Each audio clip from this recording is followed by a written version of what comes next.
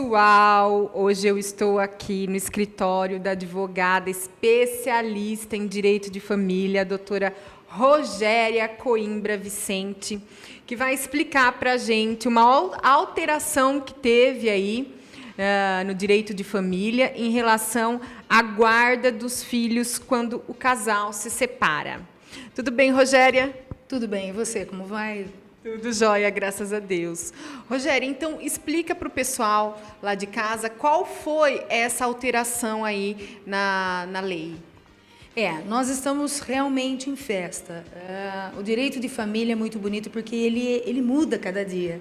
Hoje o que é uma lei, amanhã é completamente outra coisa. E isso é muito bom porque mostra a evolução. Porque a família está em constante evolução. A família que hoje nós temos não é a família de 5 anos e 10 anos atrás. A nossa celebração é por conta da Lei 13.058 de 2014, que a presidente Dilma assinou agora, no final do ano, dando um presente para as crianças, literalmente, a guarda compartilhada como regra e não mais como exceção. Nós tínhamos antes a regra unilateral, como regra, a guarda como regra, né? Agora ela virou exceção. A guarda compartilhada agora é a regra. Então, havendo a separação de um casal a partir do dia 22 de dezembro, daquele dia para frente, qualquer divórcio, qualquer separação, a guarda dos filhos deverá ser com o casal. Antes, muitas pessoas falam assim, mas já não existia essa lei antes da guarda compartilhada? Realmente, em 2008 ela veio e foi muito bom, foi um avanço, mas o judiciário entendeu de forma equivocada a lei. Lá não falava que a lei, que a guarda compartilhada, ela só podia ser aplicada havendo consenso do casal. E desta forma vinha sendo aplicada. Se o casal, uma demonstração que o casal tivesse rusga, briga patrimonial ou qualquer tipo de desavença, ou que o divórcio tivesse sido litigioso, não era aplicado então a guarda compartilhada. Só era possível se o casal fizesse o pedido junto num papel. Uma petição única, os dois assinando, os dois concordando ou os dois manifestando concordância. O que é, muitas vezes, mais difícil, porque, para o entendimento nosso, até 88, as crianças, em caso de separação, sempre ficavam com as mães. O nosso histórico, né, familiar, o histórico do direito de família, sempre foi assim. Lá, antes de 88, o homem era o chefe da família, buscava ganhar o dinheiro, o sustento, enquanto as mães, cabia a ela cuidar dos filhos. Somente isso, com raras exceções, uma mãe era professora, outra cortava, era corte e costura, mas a maioria das mulheres não trabalhavam, cabiam a elas apenas o cuidar dos filhos, né? E é com essa evolução da mulher no trabalho e com a Constituição de 88, em que homens e mulheres, houve essa igualdade entre os gêneros, entre pessoas, o homem teve o direito também de buscar o direito da guarda do filho.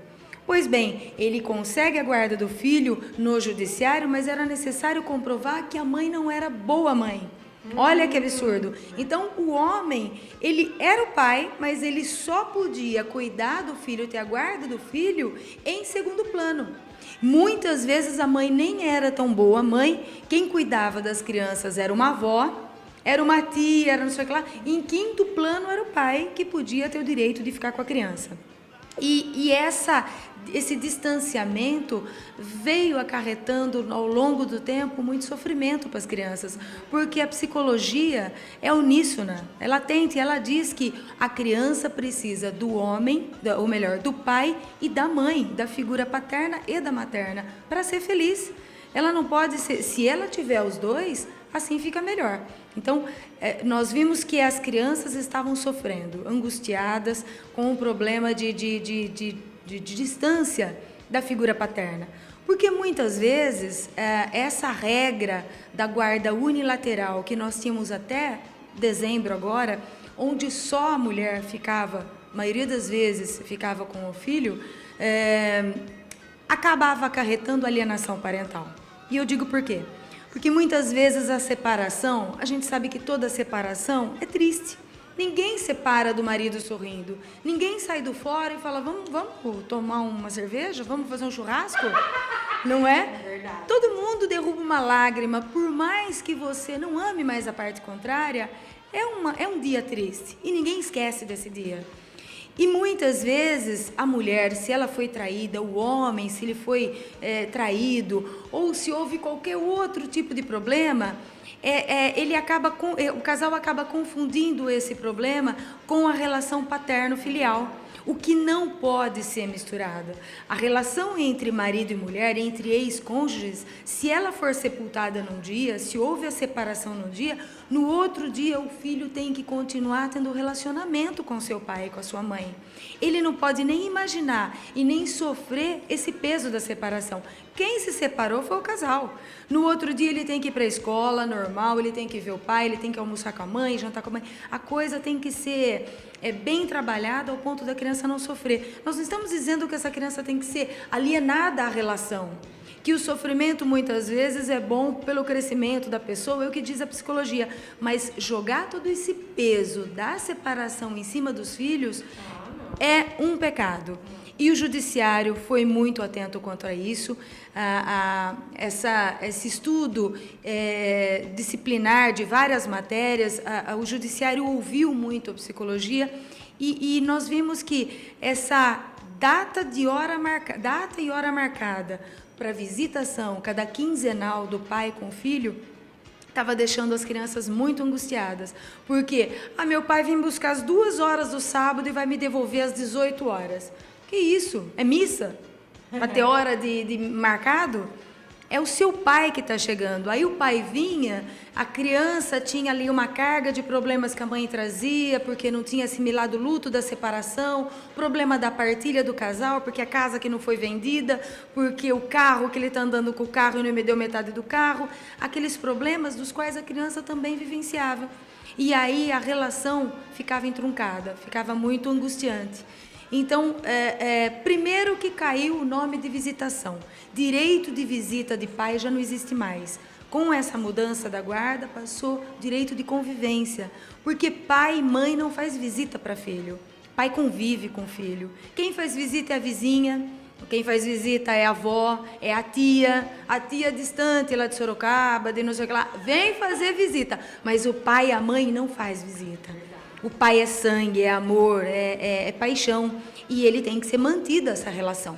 Então, essa coisa quinzenal estava deixando muito distante e fria a relação entre pais. Ficar 15 dias longe do pai. Mas e aí, Rogéria, como que fica, no caso, vai ficar 15 dias com cada um? A criança vai morar 15 dias com um, 15 dias com outro? Como que fica essa parte? Existe uma confusão muito grande entre alternância de guarda e guarda compartilhada. Nós estamos falando de alternância, um pouco com um tempo com o outro. Quando ele fica um mês com um e um mês com o outro, seria guarda alternada. Essa lei não prevê isso daí, de forma alguma. A guarda é compartilhada, é simultânea.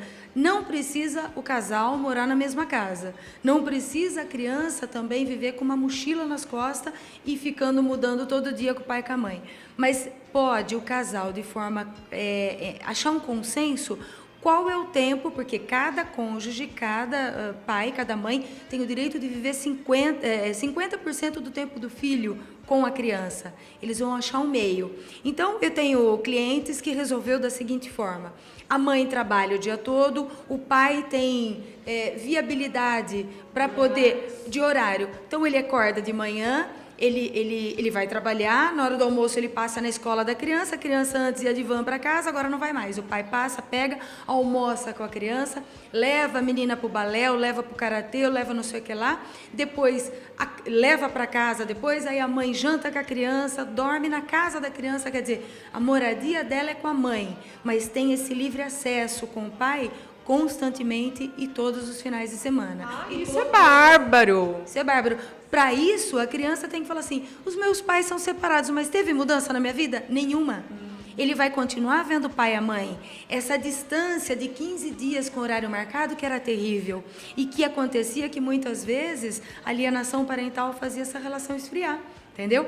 Aí existe aquela coisa que fala assim, mas isso não vai dar certo, porque se o casal briga, existe uma coisa chamada bom senso para tudo na vida. E nesse caso, o casal, os pais têm que tentar ajudar. Essa lei tem que entender a lei. O espírito dessa lei, ela é conciliadora. É assim, gente, existe uma criança sofrendo. Em prol desse amor que os dois têm de forma igual, eles vão ali tentar resolver a coisa no bom senso. Mas se não existisse bom senso, é o judiciário. É o juiz que vai ver a rotina da família e vai decidir. Se for o caso, metade da semana com um, metade da semana com o outro. Se for o caso, ele vai estipular os horários. Aí existem questões.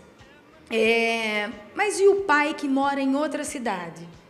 Para o pai que mora em outra cidade, ou é vendedor, ou mora numa cidade e vem todo final de semana, o espírito da lei sempre é a mesma. Que a convivência seja equânime, que seja igualitária, que seja em 50% cada um. Então, vai suprir essa deficiência de tempo nas férias. Então, as férias vão ser quase que mais tempo com o pai e com a mãe, mais finais de semanas, sempre no bom senso. O importante é a convivência com o pai e com a mãe de forma igual. Aí muita gente diz assim, não vai dar certo. Não vai dar certo porque eles brigam, porque sempre brigaram. Mas a guarda unilateral, muitas vezes, também não deu certo. Dá para você contar nos dedos os casais que se davam bem, entendeu? Então, não é porque a guarda unilateral não deu certo que a guarda compartilhada não vai dar e nem vice-versa. Nós estamos num outro espírito de lei.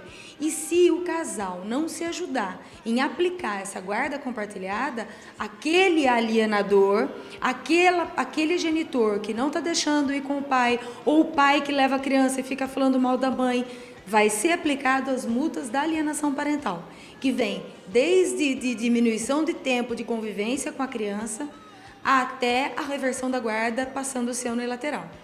Dá uma explicaçãozinha rápida para o pessoal entender o que é essa alienação parental. Alienação parental é quando um dos genitores ou qualquer guardião, uma avó, uma prima, mas geralmente mais o pai e a mãe, ou a avó, que a criança mora às vezes com a avó. As pessoas que estão muito próximas da criança começam a desqualificar um dos genitores. Então, vamos supor, a criança mora com a mãe. Aí a mulher não aceitou muito bem o luto da separação. Ele já está num novo relacionamento, quiçá ele já está até com outro filho, porque acontece muito, a vida muda, claro, né? As relações vão mudando. Então ela começa a desqualificar. Chama lá, seu pai abandonou você, seu pai não quer saber de você, porque começa a falar do tipo assim, olha lá, seu pai só ama o outro filho, não quer saber de você. Senhor. Ou fica assim, seu pai não te ligou? Olha lá, não liga mesmo. Ou quando ele liga, fala que a criança não está, e depois pergunta para o menino, seu pai ligou? Existem casos em que a mãe liga para o homem, para o pai, e fala, viu? O Juninho tem uma festa de aniversário hoje. Não vem hoje, que é o dia da visita, vem amanhã. Entendeu? Entendi. E aí o cara fala, então tá bom, não vamos estragar hoje o dia do passeio dele. Não vai, e ela fala pra criança, se arruma que seu pai vem te buscar, hoje é dia de visita. E a criança fica sentada esperando o pai chegar. Jura? Muito, acontece muito. Aí o que acontece? A criança cansa, vai dormir, e pra cabeça da criança... o pai esqueceu. Então, e a hora que o pai vem no outro dia, vira e fala assim, então ele não tá, ele saiu, ele falou que... E quantos pais vão na casa dos filhos para ver os filhos, naquele dia foi na banda com a mãe, nunca vai na banda com a mãe, nunca vai na missa, naquele dia vai na missa. Existe realmente, existe inclusive...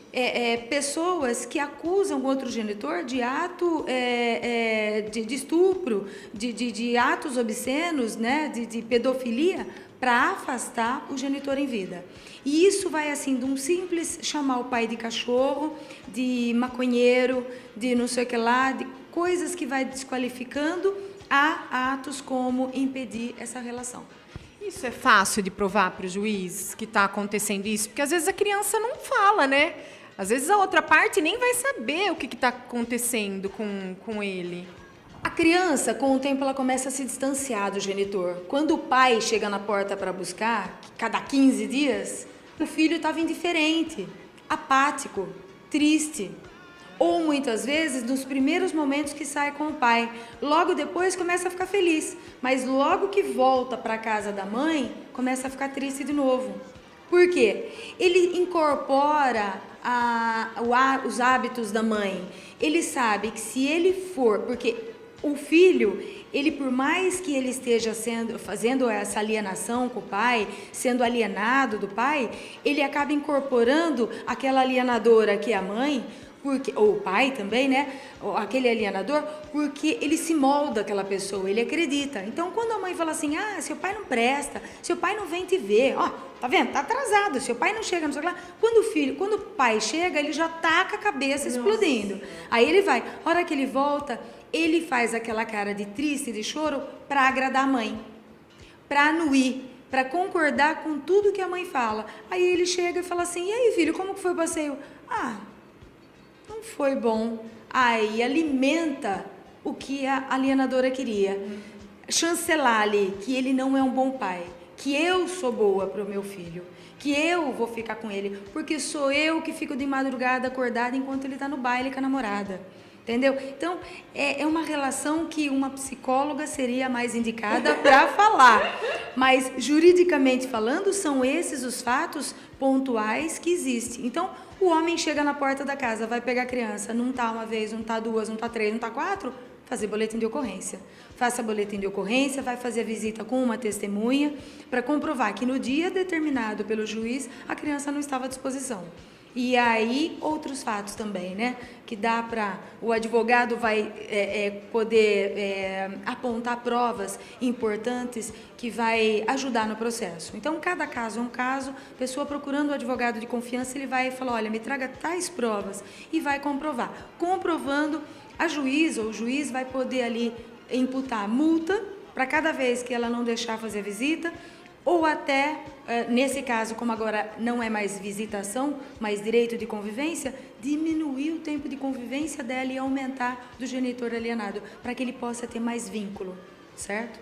Uma das grandes mudanças também é o fato da pensão alimentícia, porque antes o homem era pagador e quem resolvia o que ia gastar com a criança era a guardiã. Agora nós não temos mais a guardiã, são os dois guardiões. Então eles vão ter de forma consensual, entrar num acordo, o que a criança precisa para viver. Quanto você ganha e quanto eu ganho. Cada um vai dar um pouquinho e para coisa. Como aconteceu o aumento de tempo com o pai, então é plausível que esse valor que ele pagava antes seja reduzido também. E se não houver o consenso, também deve ser levado ao judiciário e o juiz vai decidir o valor a pagar sobre os alimentos. Então, para finalizar, Rogéria, o que você deixa de recado para o pessoal? Nós devemos entender que a lei da guarda compartilhada veio para dar um alerta para os pais que os filhos estão sofrendo. Hoje já não está mais na moda esse negócio de não se dar com ex-marido e com ex-mulher. Hoje o chique é viver bem, é ser fino, é não brigar, não é? Se a mulher e o marido têm problema com a partilha do divórcio, vai discutir no judiciário. Contrata um advogado e vai brigar no judiciário. Se ele não pagou pensão, executa, pede prisão no judiciário. Mas não faça do seu filho o cobrador. Sabe aquele cobrador que vai na porta da sua casa e fala, viu, hoje é dia de pagar? Aquela mãe que fala pro seu pai que ele não pagou a pensão, é um absurdo que ela faz com a criança. A criança não é cobradora. Esse ônus não é dela. Então, nós devemos viver bem. Então, tratar seu filho bem, tratar o seu ex-marido com cordialidade, assim como você trata o empacotador que enche sua sacolinha de compra no supermercado. Bom dia, boa tarde e muito obrigado. Tá ótimo, não precisa mais que isso, mas pelo bem dos nossos filhos. A guarda compartilhada veio por aí, ela tem que ser aplicada, é um direito de toda criança. Lembrando, vamos deixar as mágoas de lado e pensar no nosso bem maior, que é os filhos, né, Rogéria? Exatamente, é os nossos filhos. Porque toda essa frustração reflete num adulto problemático, um adulto frustrado, uma pessoa que não consegue confiar no cônjuge, não consegue viver feliz. A psicologia mostra que nós temos vários problemas e todos eles, na sua maioria, advêm da infância, problemas de infância. Exatamente.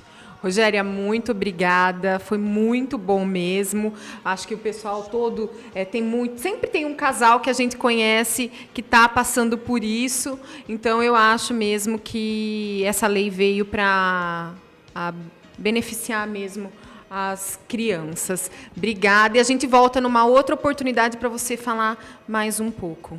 Eu que agradeço a atenção e um bom dia para vocês que me ouvem. Foi sempre um prazer. Obrigada. Um beijo, pessoal.